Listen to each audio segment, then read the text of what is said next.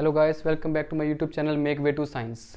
आज हम आपके साथ आ गए हैं एक और नई वीडियो के साथ, जो कि आईसीएसई 10th क्लास की बायोलॉजी के लिए है, जो आपकी बहुत ही डिमांड आ रही थी वीडियो के लिए। आज हम इस वीडियो में देखेंगे कौन से चैप्टर में से कितने मार्क्स कवर हो रहा है और कौन से चैप्टर करके आप अच्छे मार्क्स स्कोर कर सकते हो। जो भी मेरे भाई हैं जो मतलब थोड़ा सा कम पढ़ना चाहते हैं, मतलब जिनको बहुत डर लग रहा है बायो में, वो आप मेन चैप्टर कौन से कर सकते हैं और कैसे कवर सकते हैं, और कौन सा इंपॉर्टेंट टॉपिक है जो बायो के लिए बिल्कुल भी नहीं छोड़ना है, वो वाले टॉपिक्स हमने करने हैं। और मैं भी बता दूंगा कि सेक्शन ए और सेक्शन बी में आजकल मतलब जो लेटेस्ट सैम्पल पेपर है उसके अकॉर्डिंगली सेक्शन ए में क्या रहेगा और सेक्शन बी में क्या देखने को आपको रहेगा।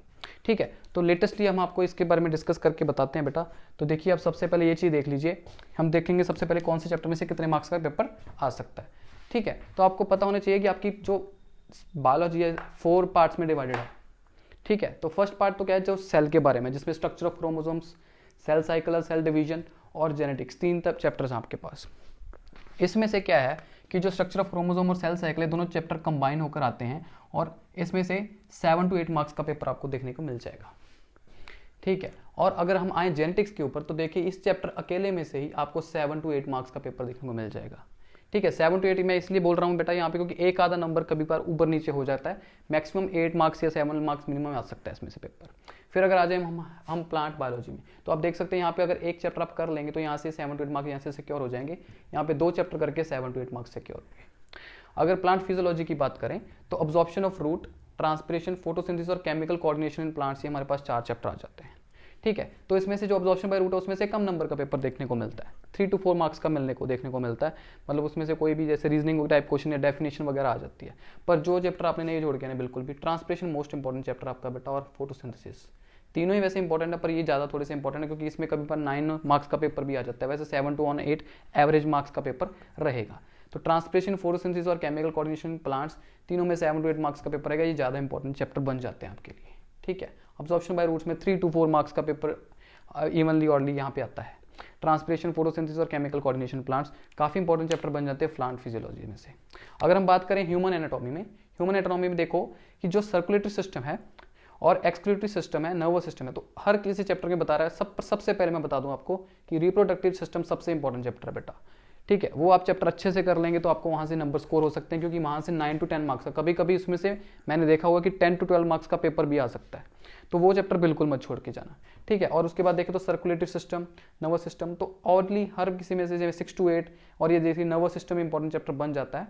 तो ये मार्क्स की डिस्ट्रीब्यूशन हमको देखने को मिल सकती है।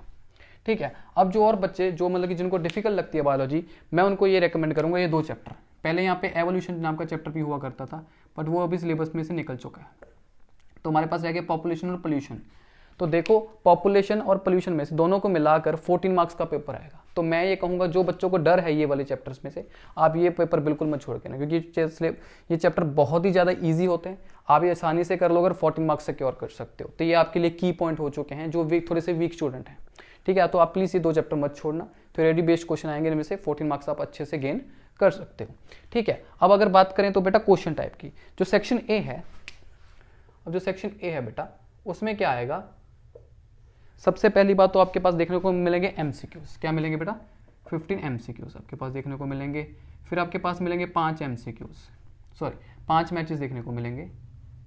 फिर जो मेन चीज़ है 5 आपको देखने को मिलेंगे लॉजिकल सीक्वेंस बेटा।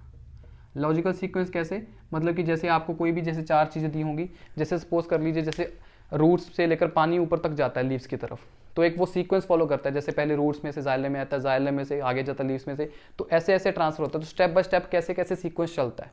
ठीक है, या आप कह सकते हो कि वैसे जैसे आपके पास आप ऑक्सीजन लेते हो या एयर इन लेते हो, तो पहले कौन से कहाँ पे जाती है, लंग्स में जाती है, तो कैसे कैसे स्टेप बाय स्टेप पहुँचती है। या कह सकते हो कि जैसे ब्लड है जो हार्ट में से पल्मोनरी आर्टरी के थ्रू कहाँ से जाता है, पल्मोनरी वेन के थ्रू कहाँ पे जाता है, तो वो एक सीक्वेंस फॉलो करता है। तो वैसे लॉजिकल सीक्वेंस का आपको क्वेश्चन 5 मार्क्स के मिलेंगे। ठीक है, और 5 मार्क्स के आपको मिलेंगे नेम द फॉलोइंग। क्या मिलेंगे? Name the following. और 5 मार्क्स को आपको देखने को मिल जाएंगे बेटा, बहुत इंपॉर्टेंट चीज, लोकेशंस, आइडेंटिफिकेशन। आपको बतानी है एग्जैक्ट लोकेशन बतानी होगी बेटा। क्या बतानी होगी आपको? Exact location. जैसे कोई भी अगर कोई पार्ट बोल देते हैं, it can be of any organs, और प्लांट का भी हो सकता है, ठीक है। सेल्स का तो कम आएगा, उसमें से कम आने के चांसेस हैं। अगर ये वाले आएंगे लोकेशंस वगैरह वाले, तो ये 2-3 ज़्यादा चीज़ों में से ज़्यादा चांसेस हैं। हाँ, सेल में से आ सकते हैं क्रोमोसोम कहाँ पे प्रेजेंट है, ये न्यूक्लियर मेम्ब्रेन कहाँ पे प्रेजेंट होती है नहीं होती, तो यहाँ से ज़्यादा आने के चांसेस है लोकेशन के। ठीक है, तो इन दोनों में से ज़्यादा लोकेशन के आने के चांसेस हैं।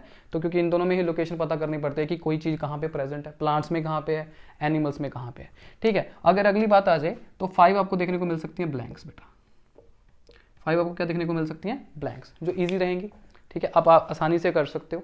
ठीक है, और लास्ट में 5 आ जाएंगे आपके पास बेटा ऑड वन आउट।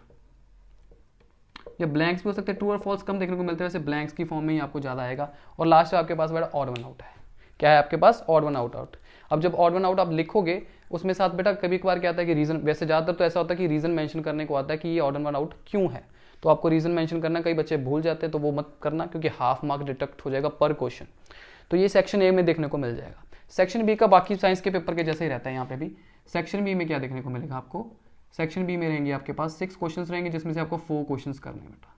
क्या करने हैं, 4 क्वेश्चंस। ठीक है, तो पेपर इसमें डिस्ट्रीब्यूटेड रहता है इवनली बेटा। ठीक है, तो इसमें क्या होता है कि आपको चैप्टर्स आप उस अकॉर्डिंग प्लान कर सकते हैं जो आपने किए हुए हैं बेटा। ठीक है, तो देखो मैं तो ये मेन रेकमेंड करूँगा, वो आपको लास्ट में बताता हूँ आप कैसे कैसे प्लानिंग कर सकते हो। तो पहले बताते हैं 4 क्वेश्चंस आएंगे, 6 क्वेश्चंस आएंगे, और इसमें से क्या रहता है कि मोस्टली क्या रहता है कि 6 क्वेश्चंस ऐसे होंगे जिसमें से 5 तो आपको जैसे डायग्रामेटिक क्वेश्चंस आ जाएंगे, जैसे उसमें एक्सपेरिमेंट दे दिया या कोई डायग्राम दे दी, उसके फंक्शंस बताने, उसको लेबलिंग करनी है। 4 to 5 क्वेश्चंस में ये रहेगा, एक क्वेश्चन पक्का रहेगा उनमें से। जिसमें नहीं रहेगा बेटा, उसमें आपको डायग्राम ड्रॉ करने के लिए बोल दी जाएगी। तो मतलब ये 6 के 6 क्वेश्चन में आपको डायग्राम देखने को मिलेगी, चाहे वो ड्रॉ करने के बेसिस में आए, चाहे वो आपको डायग्राम दे देगा, उसके अकॉर्डिंगली आपको बताना है कि स्टेप में क्या हो रहा है। अगर एक्सपेरिमेंट दे दिया, प्लांट्स में से क्या आएंगे, एक्सपेरिमेंट्स आएंगे ज़्यादातर। ठीक है, तो यहाँ पे से और यहाँ से आपको क्या आ सकती है, डायग्राम बेस्ड क्वेश्चन आ सकते हैं। ठीक है बेटा, और पोल्यूशन में भी कभी कभार क्या होता है कि जैसे आपको एक पिक्चर दे देते हैं और पिक्चर के बारे में क्वेश्चन पूछ लेते हैं कि इसमें क्या दिखाया जा रहा है, आप इस पोल्यूशन को कैसे अवॉइड कर सकते हो, क्या आपको सेफ्टी मेजर्स लेने चाहिए। ऐसी बेसिस का क्वेश्चन यहाँ से भी बहुत, पर वो बहुत कम चांसेस है। पहले 2020 में और 2019 में वो क्वेश्चन देखने को मिला है, पर अब चांसेस कम है, क्योंकि लेटेस्ट सैम्पल पेपर में वो चीज़ देखने को नहीं मिली आपको। ठीक है, तो और इसलिए मैं बताता हूँ, इसके लिए आप क्या कर सकते हो बेटा, क्या क्या क्रैक करना पड़ेगा आपको। एक तो डेफिनेशन, और जब डेफिनेशन करनी है आपको क्या ध्यान में रखना है, जो मेन चीज़ है डेफिनेशन करते वक्त, कीवर्ड्स बेटा। जो मेन कीवर्ड्स होते हैं बेटा वो आपको ध्यान में रखने हैं। सेकेंडली डेफिनेशन के बाद डिफरेंस बिटवीन, ये क्वेश्चंस आपने याद में रखने हैं बेटा। डिफरेंस बिटवीन बेटा आपको अगर आएंगे पेपर में, बहुत कम चांसेस है कि ओपन डिफरेंस बिटवीन आए। आपको अगर डिफरेंस बिटवीन आ रहा है तो आपको उसी केस में आएगा कि आपको साथ में प्रॉपर्टी दी होगी, जैसे कि इस प्रॉपर्टी के बेस के बीच उसके ऊपर डिफरेंस बिटवीन दीजिए। नेक्स्ट आ सकता है आपको गिव रीजंस बेटा। क्या आ सकते हैं, गिव रीजंस।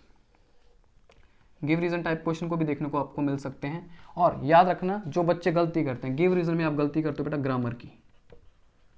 कोई भी क्वेश्चन सीधा आप बिकॉज वगैरह से शुरू नहीं करोगे। सबसे पहले इंपॉर्टेंट टिप है, प्लीज इसको यहाँ पे स्किप मत करना, कि जो आप क्वेश्चन को आपको आया गया है बेटा, उस क्वेश्चन को पहले आपको पेपर में भी लिखना पड़ेगा। जैसे अगर क्वेश्चन आ जाता है कि वाई सम प्लांट्स के बेटा लीव्स विल्ट हो जाते हैं, ठीक है, तो हम पहले लिखेंगे some plants leaves get lifted, या कुछ विल्टेड हो सकते हैं, तो पहले आपको क्वेश्चन की जो लाइन है बेटा आंसर में लिखनी पड़ेगी। आप सीधा बिकॉज से आंसर नहीं शुरू कर सकते। ग्रामर के मार्क्स डिडक्ट होते हैं बायो में बोर्ड के लिए। बहुत इंपॉर्टेंट ये टिप है बेटा, प्लीज इसका ध्यान रखिए।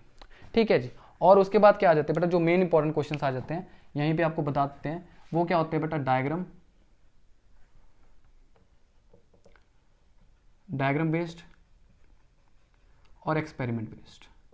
अब देखो जाहिर सी बात है कि जो एक्सपेरिमेंट है बेटा, प्लांट्स में जहाँ पे भी एक्सपेरिमेंट है बेटा, वो एक्सपेरिमेंट प्लीज़ मत छोड़ना। अगर कोई भी 100 मार्क्स को टारगेट कर रहा है तो प्लीज़ एक्सपेरिमेंट्स और डायग्राम आपके लिए बहुत इंपॉर्टेंट हो जाती हैं। डायग्राम कौन से चैप्टर्स में से आ जाती है इंपॉर्टेंट, मैं यहाँ पे लिख देता हूँ। रिप्रोडक्टिव सिस्टम में से तो पक्का एक डायग्राम बेटा आपको देखने को मिल ही जाएगी। ठीक है, उसके बाद आपको सेंस ऑर्गन में से देखने को मिलती है बेटा एक डायग्राम। उसके बाद यहाँ से और सर्कुलेटरी सिस्टम में भी देखने को मिल जाती है। जो एक्सक्रीटरी सिस्टम है उसमें से ड्रॉ करने को आती है बेटा, उसमें से आपको ड्रॉ करने को आती है। नर्वस सिस्टम से अगर आएगी बेटा, तो पहले ही बता देता हूँ, इसमें से अगर आएगी तो न्यूरॉन की आएगी बेटा, न्यूरॉन या नेफ्रॉन, और नेफ्रॉन, इन चीज़ों की आपको देखने को मिलेगी बेटा डायग्राम। तो ये चीज़ याद रखनी है आपने। ठीक है, यहाँ पे प्लांट्स में से आपको एक्सपेरिमेंट्स आएंगे। सेल में आपको अगर आती है तो यहाँ पे देखो बेटा वो स्टेजेस वाले आ सकते हैं, जैसे माइटोसिस की स्टेजेस बेटा, इंटरफेस वगैरह वाली डायग्राम आपको देखने को मिल सकती है। यहाँ के प्लांट्स में ये चैप्टर के एक्सपेरिमेंट बहुत इंपॉर्टेंट है। आपको एक एक्सपेरिमेंट देखने को मिलेगा, एक यहाँ में ऑर्गन से डायग्राम देखने को मिलेगी, और एक यहाँ से देखने को मिलेगा। एक डायग्राम आपको तीनों में से एक पक्का देखने को मिलेगी फॉर श्योर। बाकी उसके साथ ऑर्गन्स की भी आ सकती है, एक्सपेरिमेंट और भी पूछ सकते हैं। एक्सपेरिमेंट मेनली अगर मैंने देखा तो बेटा पेपर में एक ही आता है, ठीक है, एक्सपेरिमेंट बेस्ड क्वेश्चन एक ही आएगा आपको, ठीक है। और इस ये क्वेश्चंस का आपने ध्यान रखना है, और जो चीज़ें रखनी है डेफिनेशन में कीवर्ड्स डिफरेंस अच्छे से ड्रॉ करके बताने हैं। गिव रीजंस में बेटा ग्रामर का बहुत ही अच्छे से ख्याल रखना है, और डायग्राम बेस्ड और एक्सपेरिमेंट बेस्ड क्वेश्चन अगर आप ऐसे इस चीज़ की प्रेपरेशन कर लोगे, ठीक है। और जो वीक स्टूडेंट है मैं उनको क्या बोलूँगा बेटा, जो चैप्टर मेरे अकॉर्डिंगली ईजी आप लिख कर सकते हो बेटा, पॉल्यूशन और पॉपुलेशन मत छोड़ना, आप यहाँ से रिप्रोडक्टिव सिस्टम को अच्छे से समझ सकते हो, ठीक है। और ये वाले चैप्टर्स बड़े ईजी हैं, आप इन चैप्टर्स को कर लीजिए। प्लांट्स के अगर कोई भी चैप्टर आपको डिफिकल्ट लगता है तो आप ये लास्ट ये केमिकल कंपोजिशन कई बच्चों को डिफिकल्ट लगता है, आप ये स्किप कर सकते हो, ठीक है। अब्जॉर्प्शन बाय रूट्स में से कम आ रहे स्किप कर सकते हो, यहाँ से 2 ये मेन कर लीजिए, ठीक है। यहाँ से ये 3 कर लिए, इसमें से आप देखिए रिप्रोडक्टिव सिस्टम कर सकते हैं, आप सर्कुलेटरी एक्सक्रीटरी सिस्टम कर लीजिए। तो मेन चैप्टर कर लीजिए, आप छोड़ना चाहते हैं आप इसके अकॉर्डिंग प्लानिंग कर सकते हैं कि आपके अच्छे मार्क्स कैसे आएंगे। ऐसी वीडियो और देखने के लिए मेरे चैनल को सब्सक्राइब करें। Thank you so much. और अगर आपको कोई भी टॉपिक के ऊपर अगर आपको